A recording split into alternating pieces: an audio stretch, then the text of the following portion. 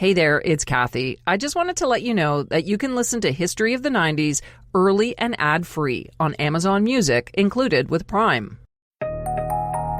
Shortly after midnight on August 31st, 1997, Princess Diana and Dodi Al-Fayed had just finished a late-night dinner at the Hotel Ritz in Paris when they began planning how to exit the building.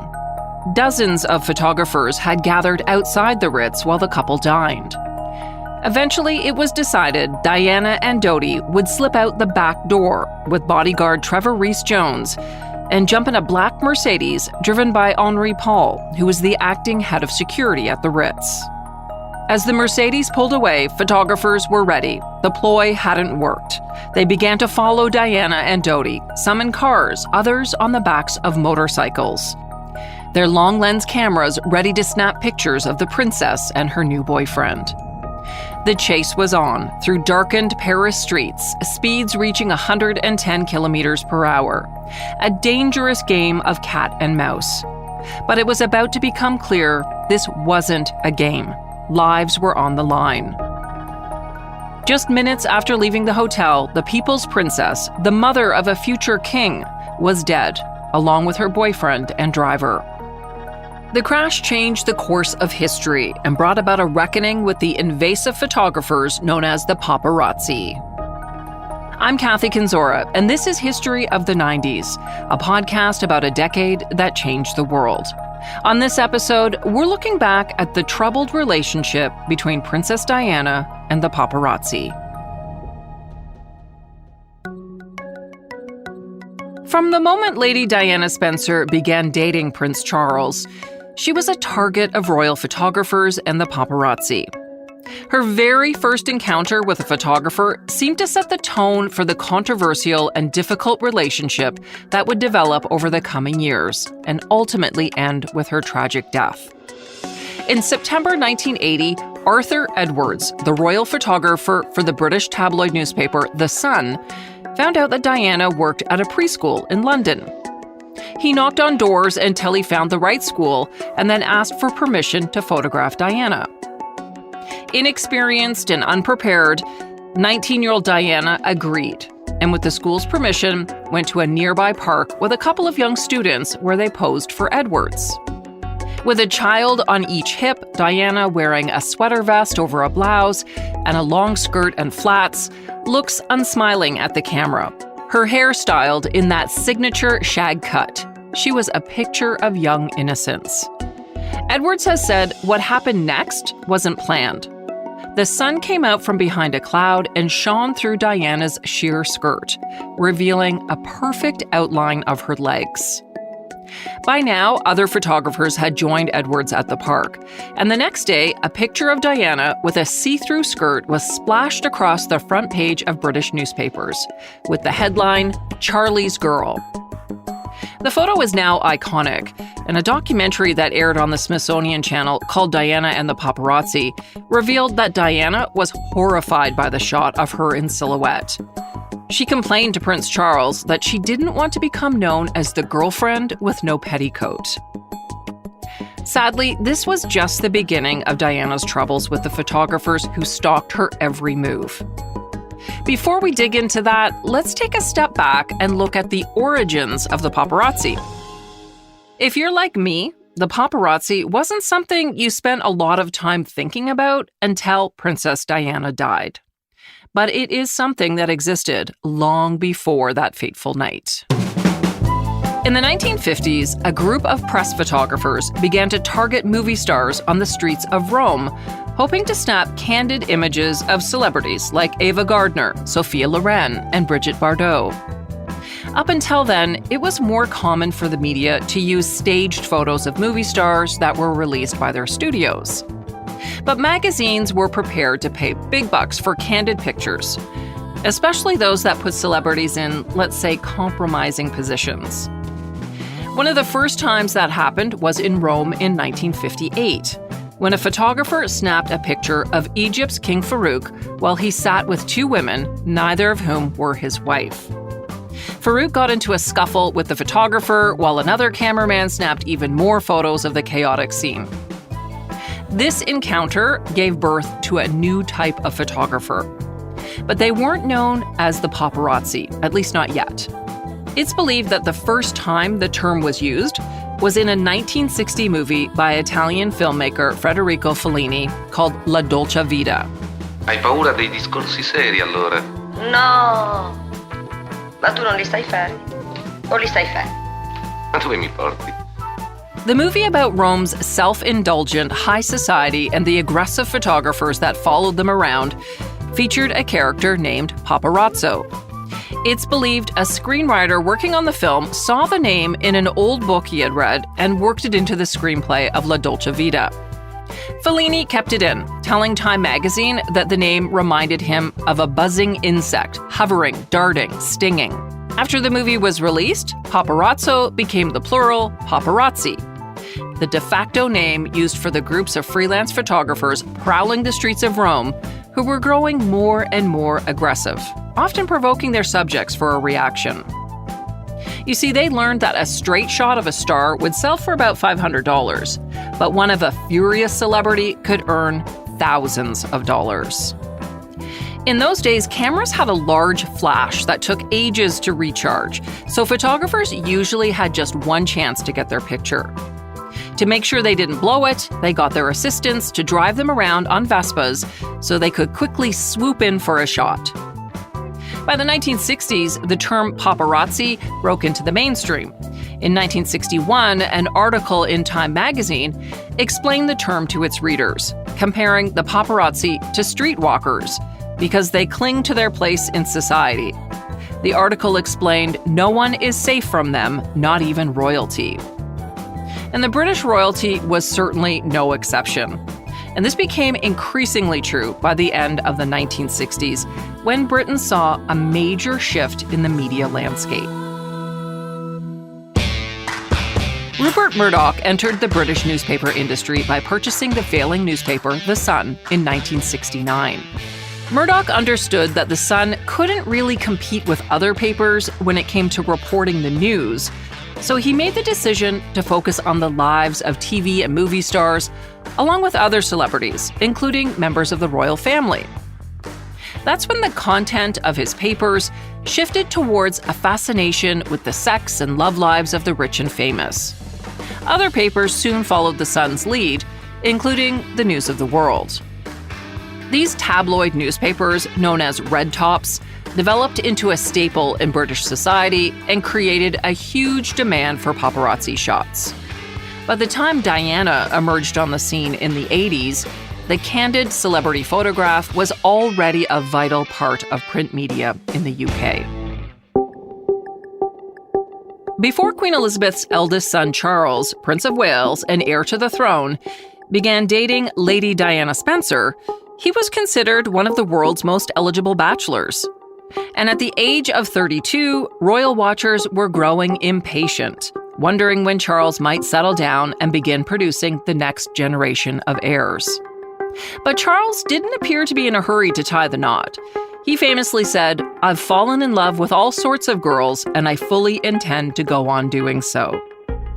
So when word leaked that Charles was dating a pretty young woman by the name of Diana, it's really no surprise that the media and public were immediately interested in knowing more about the prince's potential love interest. Diana was everything the nation hoped for. A shy teenager with huge eyes and a sweet smile. Newspapers described her as a demure English rose, manner-born, who blushed and giggled when spoken to. She was the perfect heroine for a fairy tale. The media's interest quickly became a fascination, bordering on obsession. The couple's every move was splashed in the British press, with rampant speculation about whether they would get married. The media attention was so intense that the Queen took the rare move of complaining about the news reports. Things had come to a head during the New Year's holiday, when reporters and photographers on the lookout for Lady Diana hounded the royal family while they vacationed at the Sandringham estate in Norfolk, England. Neither the Queen nor any other members of the family could leave the grounds without running into the media. It was like nothing they had ever experienced before, and it was making the Queen increasingly angry. And it appeared to upset Prince Charles, too, who delivered a special message to editors on Fleet Street, Britain's newspaper row. At the end of a morning pheasant shoot, Prince Charles left the Queen's side to approach a group of about a dozen photographers to wish them a Happy New Year. And then he added, "To your editors, I wish a particularly nasty one." It seemed like nothing was off limits in the coverage of Diana. News reports even included information about whether or not she was a virgin. One paper wrote, "She is a virgin and seen to be one. She is untarnished, unblemished." When the couple was dating, Diana lived in a flat with 3 roommates in South Kensington. After the paparazzi discovered the location, a few photographers rented a flat next door, which allowed them to look into Diana's bedroom with binoculars. Mark Karloff is a freelance photographer who works in Los Angeles snapping candid pics of celebrities. He considers that kind of invasive behavior totally off limits. Obviously, privacy is privacy, and you have to get to kind of a moral ground in your own head to be able to sit and look in somebody's window and wait for something like that to happen to try and get a photo of something scandalous through a window that's obviously a private moment. And to be able to do that year after year after year, these guys over there, obviously there was a lot of money in it. So there's their motivation right there. But, just taking it too far. Diana described the situation in audio tapes she recorded in 1991 for biographer Andrew Morton. Portions of the tapes can be heard in the documentary Diana in Her Own Words. Diana described one time when her roommates helped her sneak out unnoticed by the media when she was going to visit Charles. She said, "They took my sheets off the bed and I got out of the kitchen window, which is on the side street, with a suitcase. I did it that way round." Diana described the media as unbearable, following her every move, but despite the intrusion, Diana said she was constantly polite, constantly civil, never rude, and she never shouted. But behind closed doors, it was a different story. Diana said, "I cried like a baby to the 4 walls. I just couldn't cope with it. I cried because I got no support from Charles and no support from the Palace press office. They just said, 'You're on your own.' So I thought, fine." In the final weeks before their engagement was announced, things got so intense that Diana fled to Australia with her mother for a break from the media circus. When the couple's engagement was announced on February 24th, 1981, there was an outpouring of excitement. It seemed like the entire world was infatuated with the couple in what seemed like a fairy tale romance. Despite Charles' awkward response when an interviewer questioned them about their feelings for each other. And I suppose in love. Of course. Whatever in love means. Less than a week after their engagement was announced, Diana made her first royal appearance at a fundraising event for the Royal Opera House. Diana drew gasps and cheers from the crowd when she emerged in a strapless bare-shoulder gown made of black silk taffeta.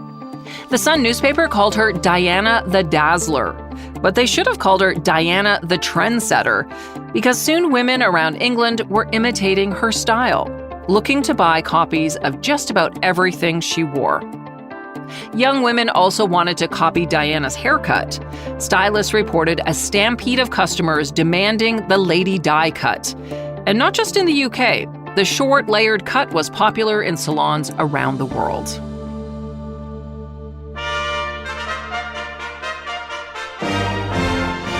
When Prince Charles and Diana married on July 29, 1981, in front of royalty, heads of state, and some 2,700 guests, the elaborate wedding was watched on television by 750 million people. It was the biggest royal occasion since the Queen's coronation in 1953, and it was the first marriage of a Prince of Wales since 1863.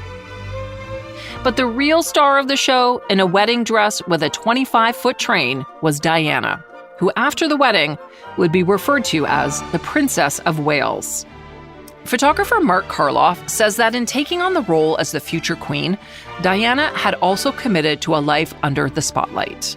The royals are just a magnet for gossip, drama, photography, news, media, everything.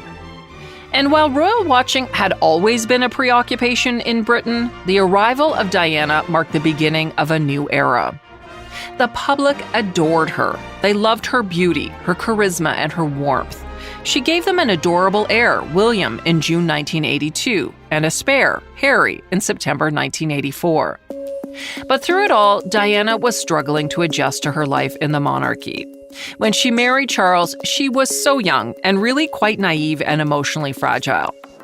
And years later, it would also be revealed that through it all, she was struggling with bulimia.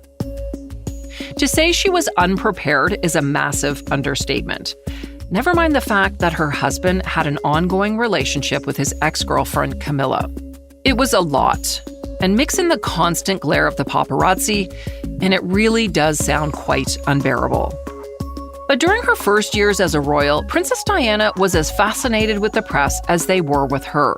And initially, the tabloids were filled with praise for the princess. She went on to grace every magazine cover and quickly became the most photographed woman in the world. But over the years, the relationship with the paparazzi and the tabloids changed as they became more and more invasive. Diana, I mean, she was just kind of a free spirit. She was kind of she kind of did what she wanted. And I think that just came with a lot of scandal because, you know, she wasn't one of those that was necessarily abiding by the whole royal code, kind of like Meghan Markle now. And I just think that kind of got her into trouble and caused the media to just kind of question a lot that she did. At the height of the Diana craze in the 90s, even a grainy, candid photo of the princess could earn up to $500,000, which earned her a nickname among UK paparazzi. They called her the Princess of Sales. The paparazzi were at times ruthless getting those photos of Diana. They stuck their cameras right in her face, sometimes baiting her so that she would get angry and they could snap photos that would sell for more money. The Paps came up with their own slang for photographing the princess. To take a number of pictures was to hose her down. They would also blitz her, target her, and whack her. While dozens and dozens of photographers would turn up at events attended by Diana, there was also a core group of photographers who did nothing but stalk Diana on a daily basis. It was their full-time job. They hung around in front of Kensington Palace, followed her on vacation in Switzerland or the Mediterranean, and waited for her as she made her way to and from the gym. Two of the photographers from that core group wrote a book together in 1997 called Dicing with Di, which was published about 8 months before her death. In it, they described how Diana sometimes wheeled on them in tears or anger. The paparazzi coined a phrase for those outbursts, calling them lunatics, with Diana being the loon. And they weren't referring to the bird, they meant crazy. Photographer Glenn Harvey explained on the PBS TV show Frontline that they gave Diana the nickname Loon because at times she seemed to be okay with being photographed and would even cooperate a bit, but then she would suddenly turn on them or start crying. He said it was a bit loony. In one famous incident, Diana lunged at a photographer outside a movie theater and yelled, "You make my life hell."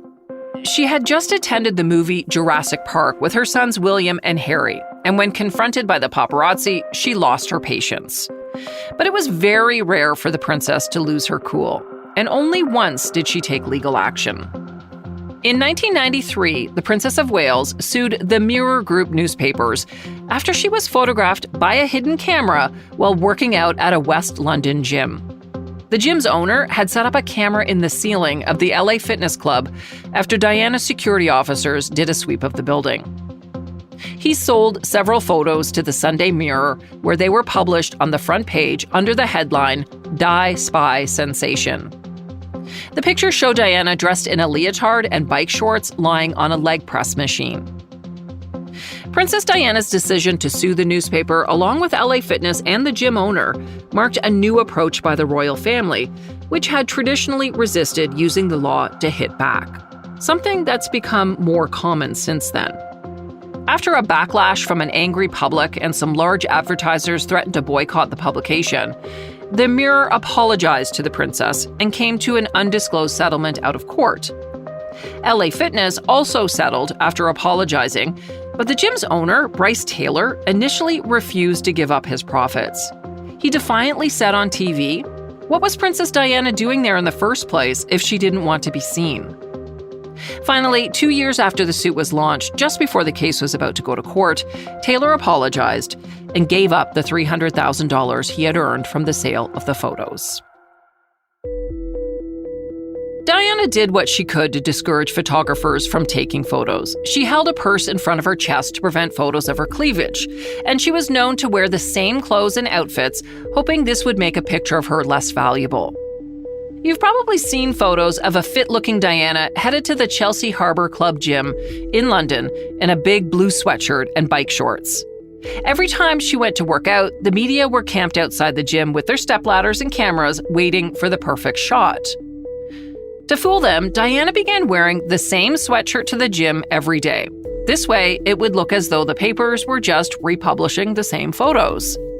The navy sweatshirt, which featured the Flying Lady logo of Virgin Atlantic Airlines, was gifted to Princess Diana by Virgin Group founder Richard Branson.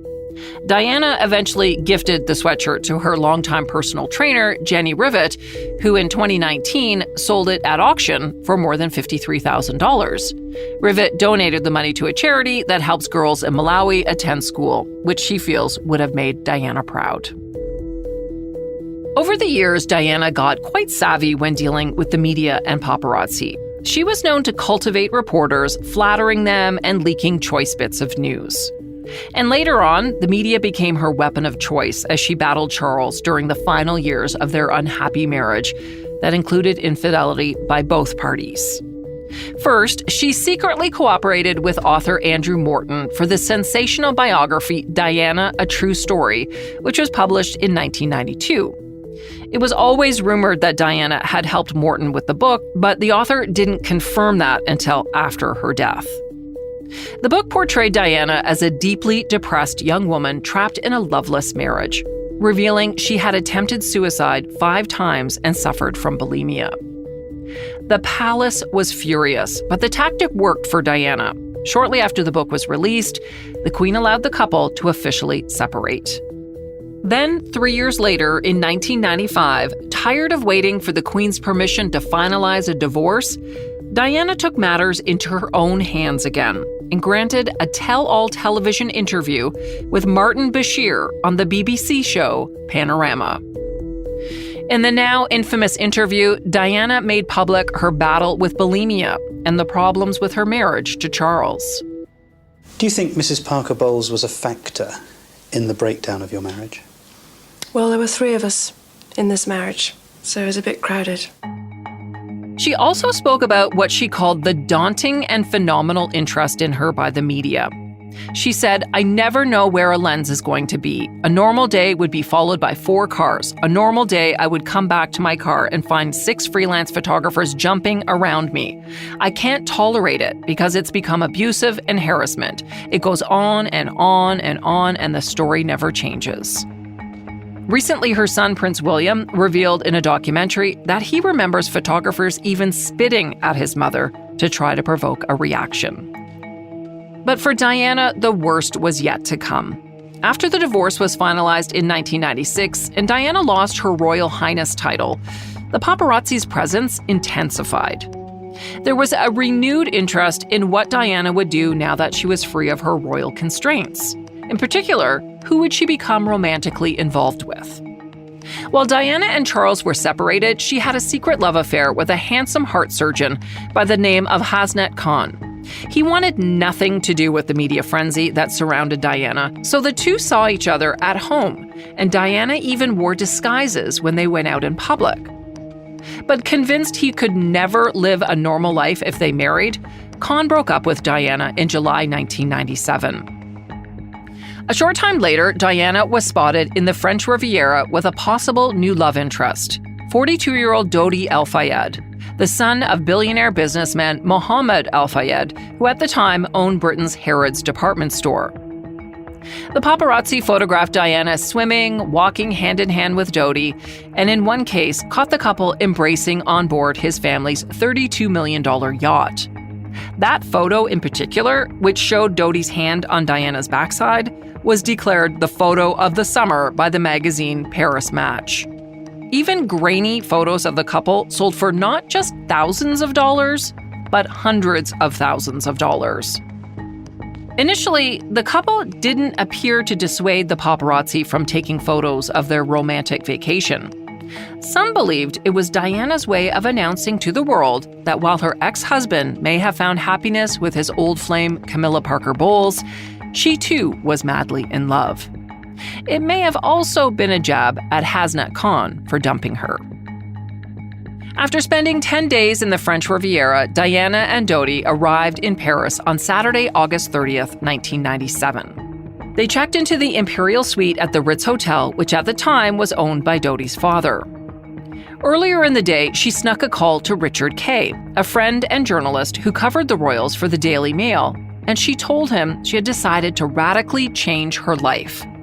Kay has revealed that she told him she was going to complete her obligations to her charities, and then around November, she was going to completely withdraw from her formal public life. She also called her boys, who were on vacation with their father and grandmother, the Queen of England, at Balmoral Castle in Scotland. The princes recalled in a 2017 documentary that they were playing with cousins when their mother called and were eager to rush off the phone to return to their activities, something they both deeply regret.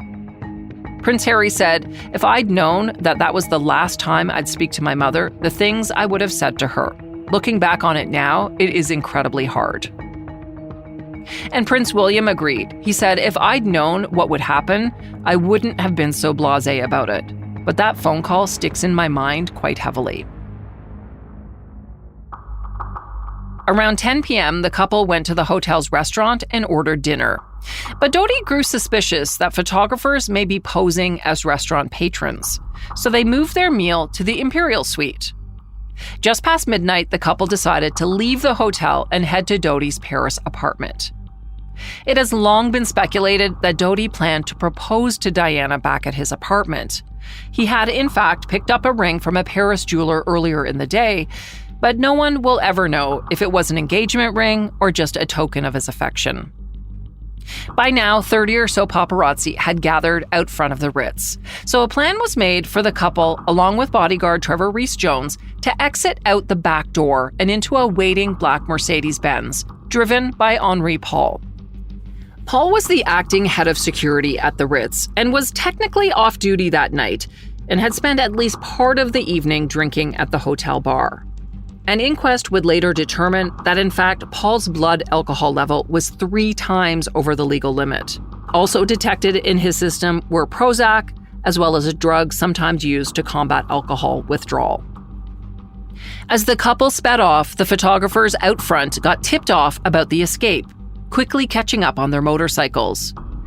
With the paparazzi in pursuit, the Mercedes darted in and out of traffic, and then raced into the Pont d'Alma tunnel, clipped the back of a white Fiat Uno, and slammed into a pillar at about 110 kilometers per hour. Dodi and the driver died at the scene. Diana and bodyguard Trevor Rees-Jones were seriously hurt, Diana with massive internal injuries. The crash site was chaos. Photographers arrived within a minute, and a doctor who happened to be driving through the tunnel at the same time of the collision was the first emergency personnel to arrive. Dr. Frédéric Mallet tended to Diana with the few supplies he had in his car before the ambulances arrived. And Dr. Mallet would later testify that during that time, the paparazzi took photos of Diana and the others, although those photos were never published. The doctor has also said Diana was slipping in and out of consciousness, and at one point woke up and said she was in pain. A police officer who attended the scene later told the Independent newspaper that Diana's last words were, "My God, what's happened?" Once at the hospital, doctors operated on Diana for 2 hours but could not save the princess. She died at 4:53 a.m. Diana was 36 years old. In 2019, Dr. Richard Shepard, Britain's top forensic pathologist, concluded that Diana died of a tiny, badly placed tear in the vein of her lung. He said the injury is so rare that in his entire career, he has not seen another. Shepard believes Diana's death could have been prevented by one small change: a seatbelt. He wrote, had she been restrained, she would probably have appeared in public 2 days later with a black eye, perhaps a bit breathless from the fractured ribs and with a broken arm in a sling. The only survivor of the crash was bodyguard Trevor Rees-Jones. A few hours later, as news spread around the world about Diana's death, her brother, the Earl Spencer, read a scathing prepared statement. This is not a time for recriminations, but for sadness. However, I would say that I always believed the press would kill her in the end. But not even I could imagine that they would take such a direct hand in her death, as seems to be the case. It would appear that every proprietor and editor of every publication that has paid for intrusive and exploitative photographs of her, encouraging greedy and ruthless individuals to risk everything in pursuit of Diana's image, has blood on his hands today. Over the coming days, others weighed in on the causes of Diana's death, including Hollywood stars. George Clooney unloaded on the mainstream media by accusing them of blurring the distinction between themselves and sensational tabloids. Legitimate news sources like the LA Times and Network News should draw a clear line in the sand. Do not purchase your news. Do not use tabloids as a source. You define the difference between tabloid and legitimate news. Do your job. Inform responsibly. In an appearance on CNN, Tom Cruise said he and his wife at the time, Nicole Kidman, had previously been harassed by paparazzi in that very tunnel where Diana died, adding that they were devastated by the news and furious at celebrity photographers. Cruise said, "You don't know what it's like being chased by them. It is harassment under the guise of, we're the press, we're entitled. When people are having a private moment, they should be allowed to have a private moment." In the 90s, the paparazzi in the United States was also a going concern, thanks to the rise of tabloid TV shows like A Current Affair and Hard Copy. Something we touched on briefly in an earlier episode about John F. Kennedy Jr. He and his wife, Caroline Bissett Kennedy, were pursued relentlessly by photographers. And so was John Jr.'s mother, Jackie Kennedy Onassis. Mark Karloff says there's a respectful way to photograph celebrities without violating their privacy, which a lot of photographers abide by. But then there's the other guys in the business, like we refer to as the savages, which are the guys that are pretty much in your face, flashes on the cameras, jumping out of cars, asking stupid questions of the celebrities and trying to annoy them. Speeding, running through red lights, following, all day long, harassing, saying harassing things, stuff like that to get rises out of people or, stuff like that. Multiple cars, multiple photographers following people. Meanwhile, Diana's funeral was held on September 6, 1997. And like her wedding, it was watched by people around the world.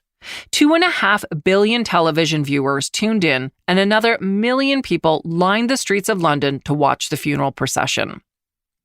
One of the most striking images from the day was young Harry and William, just 12 and 15, walking behind their mother's coffin as it traveled from Buckingham Palace to Westminster Cathedral. Cameras continued to roll inside the cathedral as Diana's brother, the Earl Spencer, performed the eulogy. Diana was the very essence of compassion, of duty, of style, of beauty. All over the world, she was a symbol of selfless humanity. Spencer again took aim at the media, saying that Diana talked endlessly of getting away from England because of the treatment she received from the tabloid newspapers. I don't think she ever understood why her genuinely good intentions were sneered at by the media, why there appeared to be a permanent quest on their behalf to bring her down. It is baffling. My own and only explanation is that genuine goodness is threatening to those at the opposite end of the moral spectrum.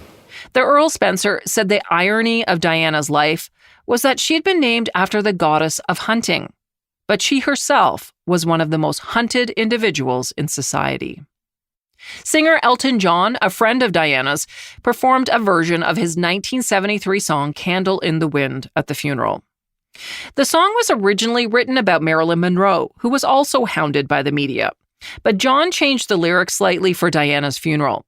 Instead of Goodbye Norma Jean, which was Marilyn Monroe's real name, he sang Goodbye to England's Rose. And it seems to me you lived your life like a candle in the wind, never fading with the sunset when the rain set in.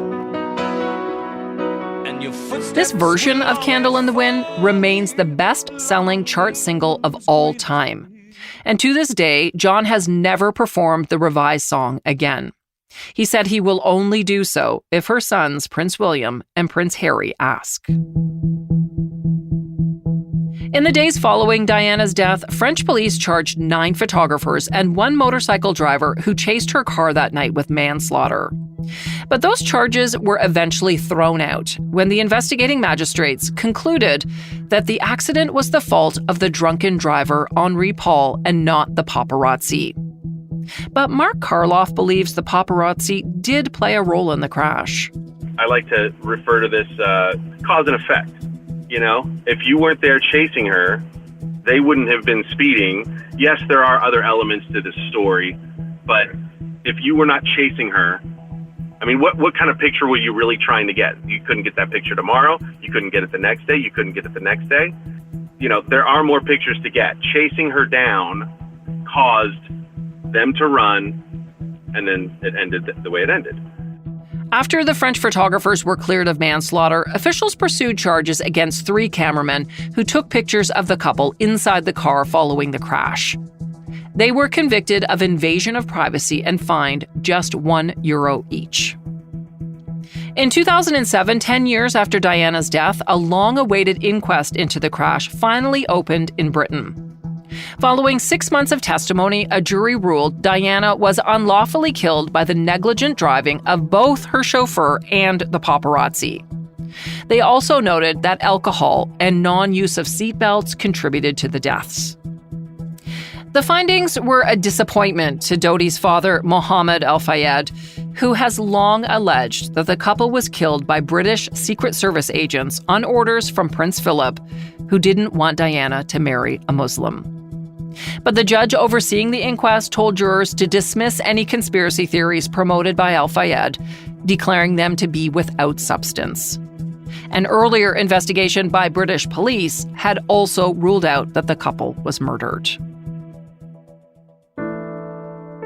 Following Diana's death in 1997, the public mood turned against the paparazzi and the media. Freelance photographers who made their living snapping pictures of the royals and other celebrities were now considered the lowest of the low. An opinion that Mark Karloff says continues to this day, especially when it comes to older people who still associate the paparazzi with Diana's death. Mark says he's grown used to people calling him out for what he does. You love us when you're there looking at the tabloids or, looking online to see the latest celebrity, but you see us in the street and we're taking pictures of a celebrity. For some reason, you hate us. In response to the backlash after Diana's death, the British tabloid newspaper The Daily Mail pledged to ban paparazzi photos from its pages, a promise that was ultimately not kept. The UK's Press Complaints Commission, which was later replaced by the Independent Press Standards Organisation, did beef up its editor's code of practice to create what it called the toughest set of press regulations anywhere in Europe. As of January 1998, the use of long-lens photography to take pictures of people in private places without their consent was deemed unacceptable. And a clause was added to the editor's code of practice which stated, 1. Journalists must not engage in intimidation, harassment, or persistent pursuit. And 2. They must not persist in questioning, telephoning, pursuing, or photographing individuals once asked to desist, nor remain on their property when asked to leave, and must not follow them. If requested, they must also identify themselves. Even before Diana died, there was a gentleman's agreement between Fleet Street and Buckingham Palace not to photograph Princes William and Harry at school. And after her death, photographers didn't dare break that agreement. As a result, if you look back now, there are very few unofficial photographs of William and Harry from their teenage years. but that would change once they turned 18. Media attention towards the princes became frenzied again, reaching a hysterical climax when William began dating Kate Middleton in 2003. Once again, clandestine photos of the royals in private places began to make front pages around the world. There seemed to be tons of hairy and embarrassing situations. At a friend's costume party dressed as a Nazi, in Las Vegas playing strip billiards with 6 young women, and fighting with photographers outside a London nightclub. But this time, as media attention towards the younger royals heated up, the palace upped its game in the fight for the right to privacy. In 2009, senior aides to the royals told the press that the family would no longer tolerate photographers using telephoto lenses to capture pictures of them in private situations. And they warned that the royals would be prepared to take legal action. After that, it wasn't long before a photo agency was sued by the royals over photos it published of Kate playing tennis, and a French magazine was fined for printing topless photos of her.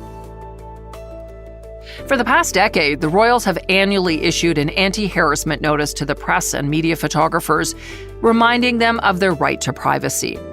A matter that became increasingly relevant when Harry began dating Meghan Markle, and the UK press went totally bonkers over the US actress.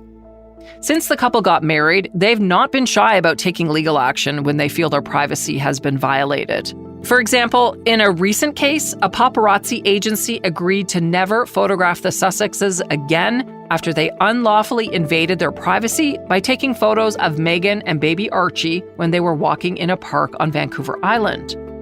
Prince Harry has said he will do everything in his power to protect his family, and he will not be bullied into playing a game that killed his mom. But now that Harry and Meghan are living in Los Angeles, they may have walked into the dragon's den when it comes to invasive media. Because of the rules that were put in place in Britain following Diana's death, Mark Karloff says things are actually much worse in the US. They have a lot of laws over there. There's a lot of there's a lot more security and just a different style of working, a little more discreet. You have to be a little more discreet over there and follow a lot of guidelines. When over here, it's pretty much a free-for-all. California does have anti-paparazzi laws, which were passed in 1998 in response to Diana's death. But they only apply to photographers who trespass on private property and do little to protect celebrities who are in public spaces. And since it's up to the person being photographed to take action, some photographers are willing to take the gamble, pushing the boundaries as far as they can. What's probably had the biggest impact on paparazzi is the advent of social media. Celebrities can now curate their own photos, satisfying the public's desire to learn more about their private lives, making the candid paparazzi photo almost irrelevant. Unless, of course, it's Ben Affleck eating fast food in the back of his ex-wife's car on the way to rehab. Sadly, I think there will always be a market for that. Thanks for joining me on this look back at Princess Diana and the paparazzi. Multiple listeners have written me asking for an episode on Diana. I think she's just one of those people you can never hear enough about. Thanks also to Mark Karloff. He is honestly one of the good guys. The paparazzi are not all bad. And if you don't believe me, you can check out his podcast. It's called the Paparazzi Podcast and is co-hosted by Mark and his colleague Jedi. I'll put a link in the show notes. If you have a suggestion for a topic, please let me know. You can reach me through Twitter at 1990s History and on Instagram and Facebook. Or send an email to 90s@curiouscast.ca. That's 90s@curiouscast.ca. If you haven't already, make sure to subscribe to our show so you never miss an episode. And while you're there, please take a minute to rate and review us. This episode was hosted and written by me, Kathy Kinzora. Dila Velasquez is our producer, and sound design and final production is by Rob Johnston. See you next time for more history of the 90s.